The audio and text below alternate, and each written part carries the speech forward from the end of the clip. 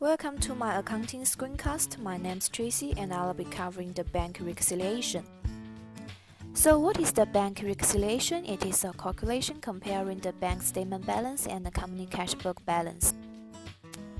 There are twofold as the purpose of a bank reconciliation. The first one is to confirm the accuracy of both companies and the bank's cash records. The second one is to determine the actual cash balance to be reported on the company's statements of financial position. There are three steps involved, which are reconciling the bank balance, reconciling the company balance, and adjusting the cash balance. Step 1 is to reconcile the bank balance, which includes three entries. The first one is the deposits in transit that the business has recorded but the bank has not. Another one is outstanding checks which has been given to a creditor but which has not yet been received by the draws bank. The final one is the bank errors, which are mistakes made by the bank. They recorded the incorrect amount, including overstating or understating accounts.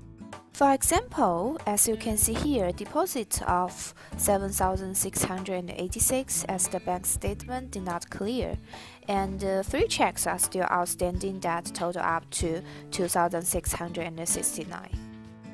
Step 2. Reconciling the company book balance. For the first one is the collection of the receivable, which should be updated by the company to reflect the bank records.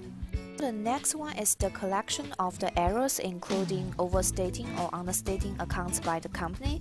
If it's overstating, it should be added on credit. If it's understating, it should be subtracted on debit. The third one is the monthly service charge, which is a fee deducted by the bank. Because the bank subtracted the charge on the bank statement, the company's cash account will need to be decreased by the monthly service charge. The last transaction is the non-sufficient check. It relates to bank funds have already deducted on the bank station. Since the check was not good, the receivable has not yet been collected. The company must decrease the balance in order to reconcile.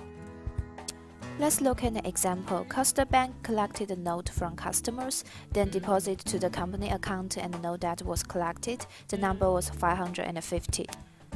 The last one was the check that the customer was returning to the bank that bounced. The bank reduced company's account for the bounced check, which is non-sufficient check.